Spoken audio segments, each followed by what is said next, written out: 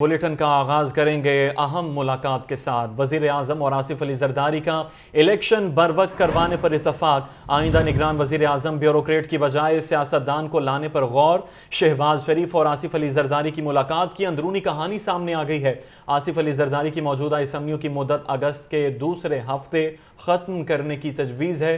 تجویز پر شہباز شریف کی دیگر اتحادیوں کو اعتماد میں لینے کی یقین دہانی۔ ملاقات کا احوال جانتے ہیں محمد یاسین سے۔ پیپلز پارٹی پارلیمنٹرین کے صدر آصف علی زرداری اور وزیر اعظم شہباز شریف کی جو آج ماڈل ٹاؤن میں ہونے والی ملاقات کی ایک اندرونی کہانی سامنے آ گئی ہے۔ ذرائع کے مطابق وزیر اعظم شہباز شریف اور آصف علی زرداری کے درمیان ملاقات میں عام انتخابات نگران سیٹ اپ سمیت آئندہ کی سیاسی حکمت عملی پر تفصیلی گفتگو کی گئی۔ آصف علی زرداری اور شہباز شریف کی موجودہ اسمبلیوں کی مدت کے خاتمے کی تاریخ پر بھی تفصیلی مشاورت کی گئی ہے۔ ذرائع کا دعویٰ ہے کہ آصف علی زرداری نے موجودہ اسمبلیوں کی مدت اگست کے دوسرے ہفتے میں ختم کرنے کی ایک تجویز دے دی۔ پیپلز پارٹی کی تجویز پر شہباز شریف کی دیگر اتحادیوں کو بھی اعتماد میں لینے کی یقین دہانی کرا دی ہے۔ آئندہ نگران وزیر اعظم بیوروکریٹ کی بجائے سیاستدان کو لانے پر بھی غور کیا گیا۔ سابق صدر آصف علی زرداری نے وزیر اعظم کے IMF کے امدادی پیکج کے لیے کلیدی کردار کو سراہا۔ سابق صدر نے وزیر اعظم کو IMF کی ڈیل پر مبارکباد دی۔ وزیر اعظم شہباز شریف نے آصف علی زرداری کا شکریہ ادا کیا۔ آصف علی زرداری نے کہا کہ تحریک انصاف کی حکومت جو معیشت کے لیے بارودی سرنگیں بچا کر گئی تھی اسے مل کر صاف کر رہے ہیں۔ وزیر اعظم شہباز شریف نے اس موقع پر کہا کہ ہماری ساری توجہ معیشت کی مضبوطی پر ہے اور اللہ کی مہربانی سے کامیابی مل رہی ہے۔ ملک کے انتشار اور فتنے کی سیاست کا جڑ سے خاتمہ کر کے سیاسی استحکام کی جانب بڑھ رہے ہیں۔ ملک کو ڈیفالٹ کرنے والوں کا خواب ہی رہ جائے گا۔ جی ٹھیک ہے، محمد یاسین اپڈیٹ کر رہے تھے، آپ کا شکریہ۔ سیاسی مفادات کے لیے ملک کے مفاد کو داؤ پر لگایا گیا ہے۔ گزشتہ حکومت کی وجہ سے امریکہ کے ساتھ تعلقات خراب ہوئے۔ وزیر اعظم شہباز شریف کا لاہور چیمبر آف کامرس کے اراکین اور معروف کاروباری شخصیات سے خطاب۔ مزید کہا، پاکستان کو ڈیفالٹ سے بچانا ایک حقیر سی خدمت ہے۔ بجلی مہنگی کرنا IMF کی شرط ہے۔ تسلیم کرتا ہوں ٹیکسوں کی بھرمار ہے۔ ہمیں بنیادی سٹرکچر میں اصلاحات لانا ہوں گی۔ تاجروں کے مسائل کا حل حکومت کی اولین ترجیح ہے۔ پچھلی حکومت نے جو امریکہ کے ساتھ ہمارے تعلقات کو ایک کاری ضرب لگائی تھی، بالکل ناعاقبت اندیشی کی وجہ سے اور انتہائی محدود سوچ کے حوالے سے، اس کو اس مخلوط حکومت نے ان تعلقات کو ہموار کرنے میں دن رات ایک کیا ہے۔ ہمارے انٹرسٹ ہیں، ان کو قومی مفادات کے بالا نہیں بلکہ اس کے تحت رکھنی چاہیے۔ میں آپ کو بتا رہا تھا IMF کے بعد فنان منسٹر صاحب تشریف فرمائے رات کو، انہوں نے مجھے کہا کہ شہباز شریف صاحب ماضی میں جب انہوں نے لفظ استعمال کیا تو ہمیں اچھی طرح سمجھ آیا کہ وہ کیا بات کر رہی تھی، کہ ماضی میں جو معاہدے کی خلاف ورزیاں ہوئیں اور ایک ٹرسٹ ڈیفیسٹ ہوا، اس سے بڑی مشکلات پیدا ہوئیں اور اس سے گیپس بڑھ گئے اور معاملات جو ہیں وہ بڑے مشکلات میں چلے گئے۔ لیکن آپ کی اور آپ کی ٹیم کی، فائنانس منسٹر کی، سب کی ایفرٹ سے یہ پروگرام دوبارہ بحال ہوا ہے۔ تو میں آپ کو مبارکباد دیتی ہوں کہ بجلی کے نرخوں میں بدقسمتی سے ہمیں یہ اضافہ کرنا پڑ رہا ہے، اور وہ IMF کی ڈیمانڈ تو ہے ہی ہے، لیکن وہ جو سرکولر ڈیٹ جو ہے وہ ہم کہاں لے جائیں؟ اب جہاں تک یہ بات ہے، دیکھیے میں آپ سے بڑے ادب سے اور انکساری سے بات کر رہا ہوں کہ لائن لاسز ہیں۔ وزیر اعظم محمد شہباز شریف نے لاہور میں مصروف دن گزارا۔ وزیر اعظم سے آل راوینز کے عہدیداروں، وفاقی مشیر برائے مذہبی امور شبیر احمد عثمانی اور political secretary to PM Talha Barki نے ماڈل ٹاؤن میں ملاقات کی۔ وزیر اعظم جہانگیر ترین کے گھر بھی گئے۔ رپورٹ کر رہے ہیں محمد یاسین۔